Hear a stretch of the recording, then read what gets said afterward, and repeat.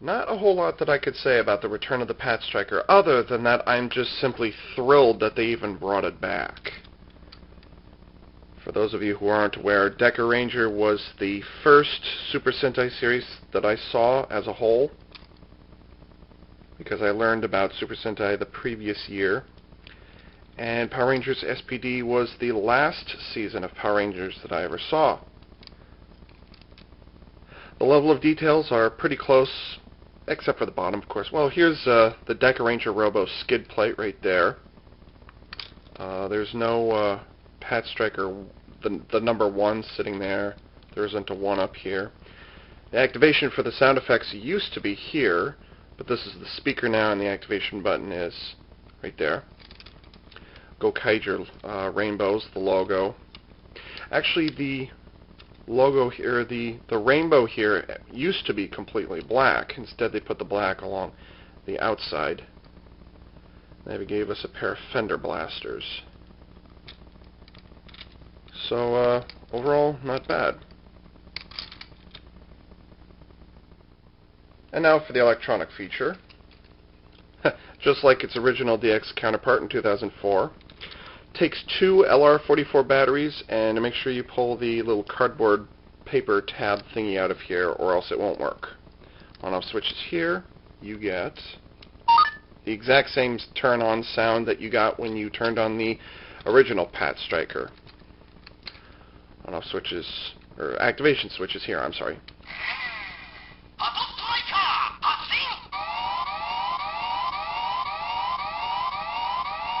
Same klaxon we got in 2004.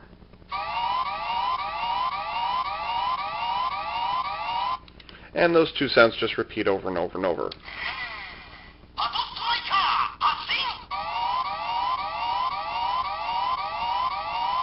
Although obviously the voice that you're hearing is the Gokaiger narrator voice, technology voice. So yeah, different voice from different series.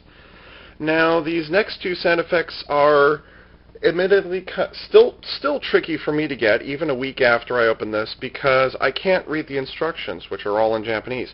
As far as I'm aware, the other 2 sound effects come from holding the button down for a certain amount of seconds. I think it's like, one of the sound effects is like you hold it down for 1 second and then let go, and then it goes off. The other one's like 3 or 4 seconds, something like that. I'm not certain, so I might have to do this a few times to get it. Nope. That was not it.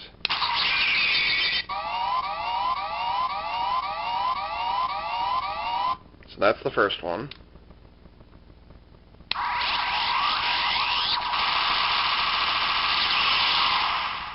What do you know? I caught it on the second try.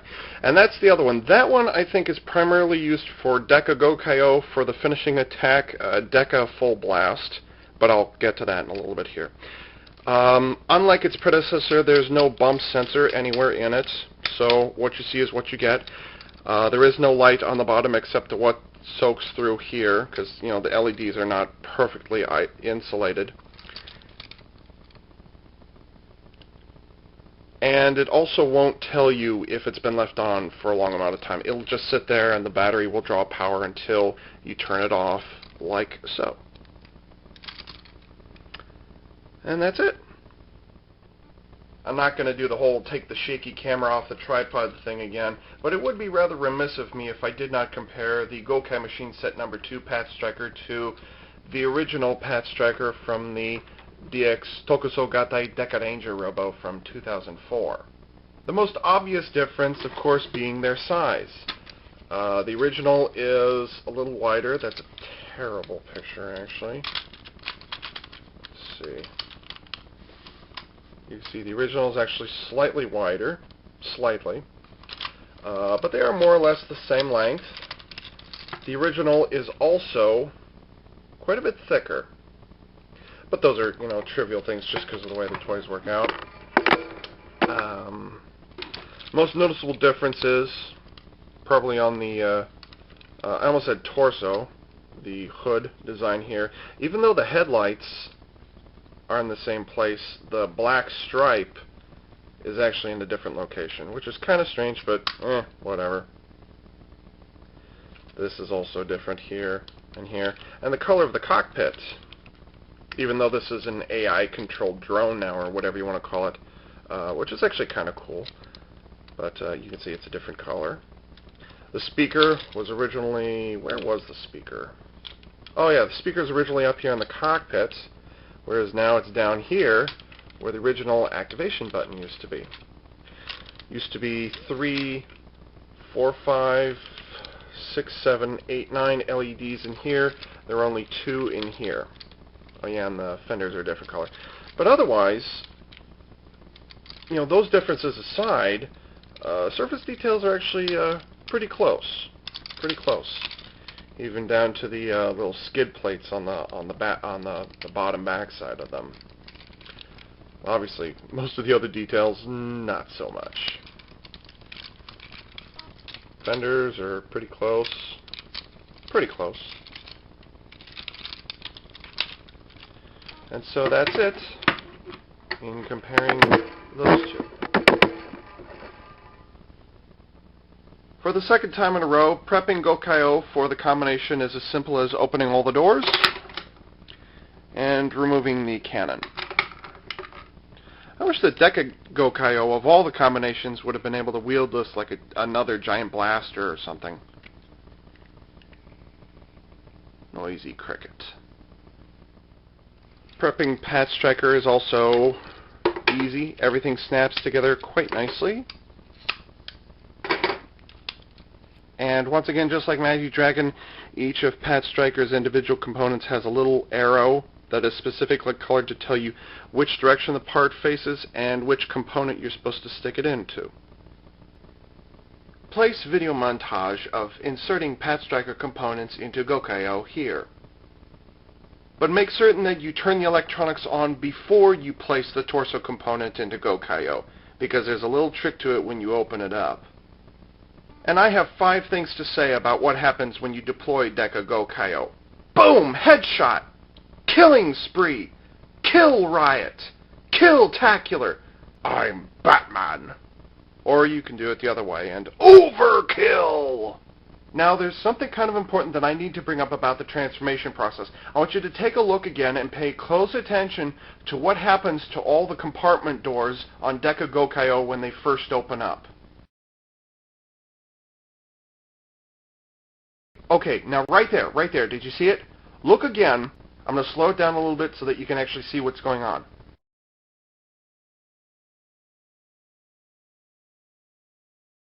There, right there. Did you see it? The torso door just kind of disappears. The door just kind of slides inwards and that's it. Now obviously you can't just make it magically slide under. However, you can do this. You can actually disconnect the door. Now the reason that I didn't bring this up with Magic Gokai-Oh is because, well, the door is still fully extended when Magic Gokai-Oh is deployed, but not when Deca Gokai-Oh is activated. And in case you're wondering, you can't push this up because the door is actually latched up here. So that actually ends up just sticking out a little bit. And there you have, ladies and gentlemen, Deca Gokai-Oh. Rapid-fire Gatling guns from a space police super robot? Can't complain about that. Not a lot. Of course, in Deca Ranger, they don't arrest your ass. They shoot your ass first and ask questions later. I don't know. I'm all nostalgic for Deca Ranger. It was my first Super Sentai series. It's really nice to have this door cut out because it allows for a lot of the action posability. At least on the show it does. That's why they took this off. I wish that though that the panel had been able to stick somewhere in back here, maybe even hide the rough spots on the sides. Even though the spring sections are here, that's where the spring for the door is. So it'll never latch in place because, you know, I said earlier the latch is up here. So leaving it out or pushing it in, that's up to you. Now here's the thing though, that you don't really notice until you take it out. Remember that red panel on the bottom of Pat Striker? Here's what happens. This latch is in place, okay? Well, when you put it inside, in order to, whoa, what happened? In order to get it to latch, or in order to get it to pop out properly, there it's latched, and as I let go, you see it pushes itself forward. That way it's all lined up all nice and clean. Anyways, what happens is, when you close the door, okay, it pushes up on the effects activation sound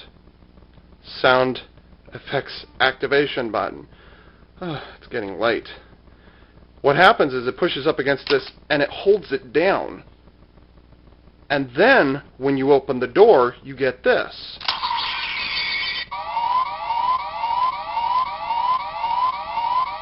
Which is when Deca Gokai-Oh is activated, okay? Following me so far? Okay. If that's the case, then you follow up with the, was it the Deca Full Blast, which is holding this down, and then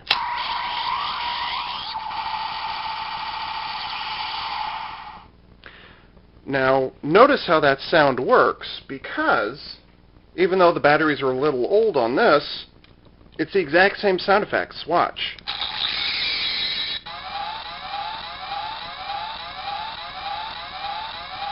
That's when you deploy Deca Gokai-Oh, and then for the Deca Full Blast finisher you get, although in this case, instead of a single explosion and a single shot, you now get the sound of the multiple Gatlings going off.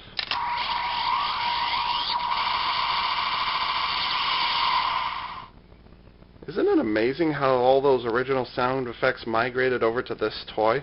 I mean, other than not having enough LEDs and not having the bump sensor in it, the sound effects are actually pretty damn close. Actually, they're spot on. That is awesome. And something else I got to bring up is you can still remove the two components from the arms. And you can convert them into, I don't think this has a specific mode name, but I'm just glad you can actually do it. That's what she said. And you can put that there. And you can have Deca Gokai-Oh wield the double blasters, whatever they're called. Deca blasters, I'm guessing.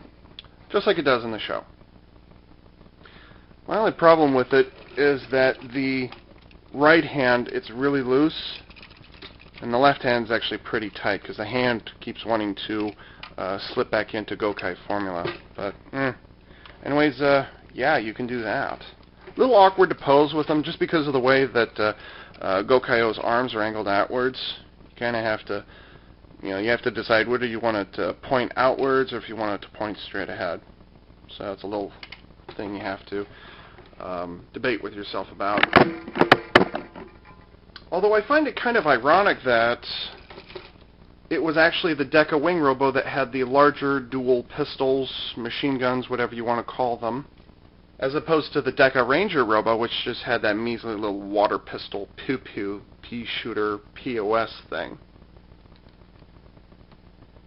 Which I'm not entirely certain if the Deca Gokai-Oh is trying to imitate with these. But hey, more firepower to you, you know?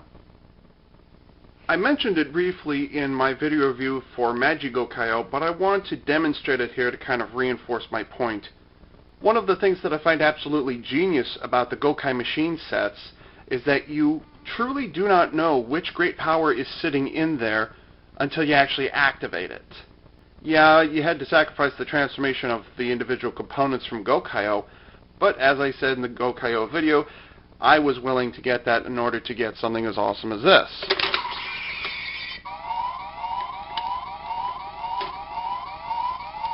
Now, I've heard a lot of people complain, I don't like Deca Gokai-Oh because it's not like Magi Gokai-Oh where a bunch of things pop out.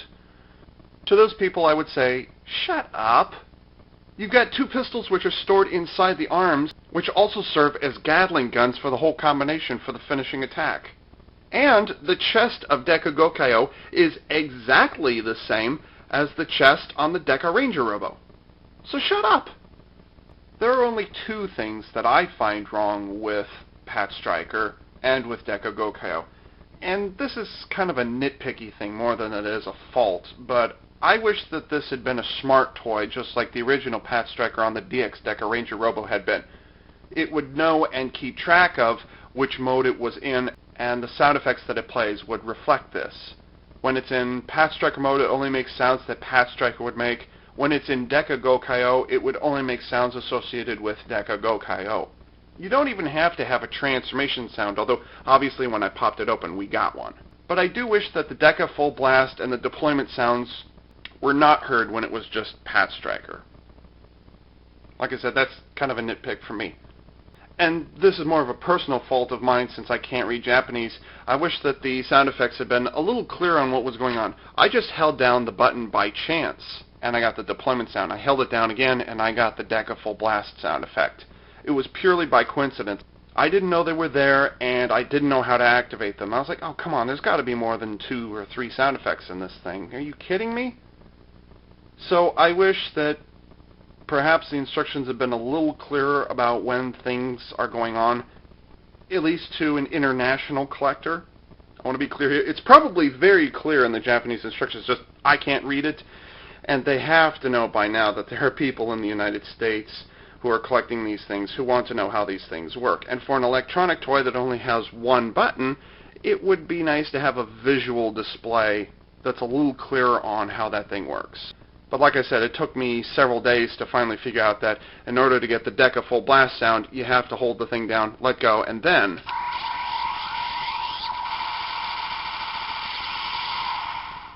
so that was a little confusing. But as I was complaining a moment ago, it's not a smart toy because now it's going to... Nope, not that one.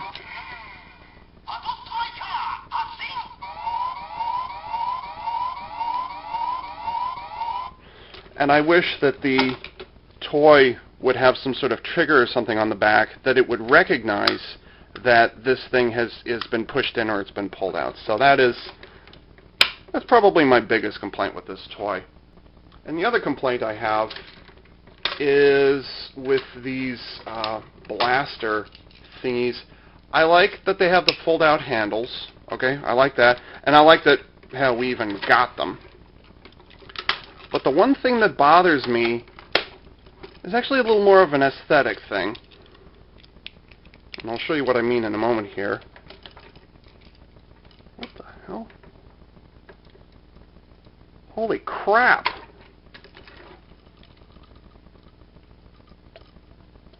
That thing has a... Ladies and gentlemen, I'm not rehearsing this. I had no idea. I've had Gokai-Oh for...